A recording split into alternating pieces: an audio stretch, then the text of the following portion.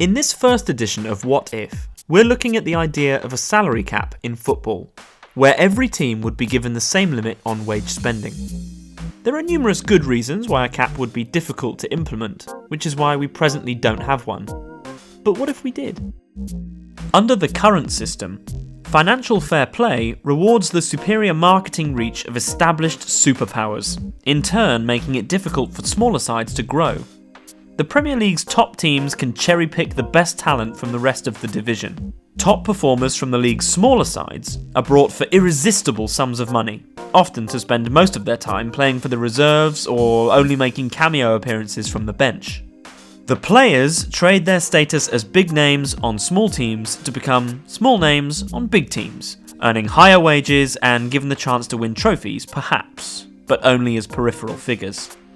This practice effectively takes some of the league's best talent off the field, damaging the competitiveness of the entire division, and diminishing its entertainment value.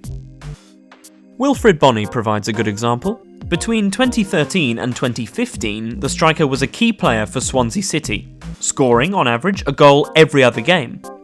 He then joined Manchester City, who were able to offer significantly higher wages, only to spend most of his time on the sub bench, before moving on loan to Stoke, where he played even less, often having lost his confidence. His big money move away from Swansea might have enhanced his bank balance, but it nearly ruined his career. After nearly 2 seasons in the wilderness, Bony has rejoined the Welsh club, who will hope the striker can rediscover his form. Under a salary cap structure, the player would likely not have moved in the first place, as Man City would be reluctant to commit serious wages to a bench player, and Swansea would have been able to keep one of their best ever Premier League players at the height of his powers.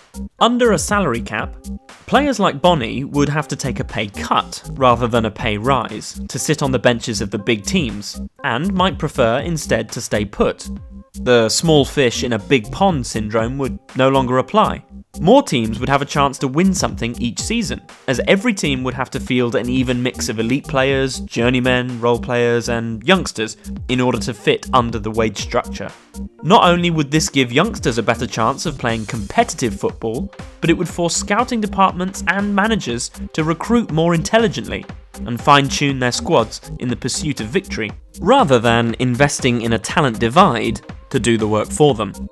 Imagine how the league would look if 2 or 3 first-team players were suddenly taken from each of the top 5 biggest spending sides and redistributed among the rest of the division. The glass ceiling dividing the top sides from the rest would be broken, and success would have to be earned through superior coaching, tactics and player development rather than simply by buying the best players. The odds on another small team repeating Leicester's unlikely title triumph of 2015-16 would become shorter overnight. More of the sport's best players would be on the field on any given Saturday, and the unpredictability factor, in other words, the entertainment, would be that much higher.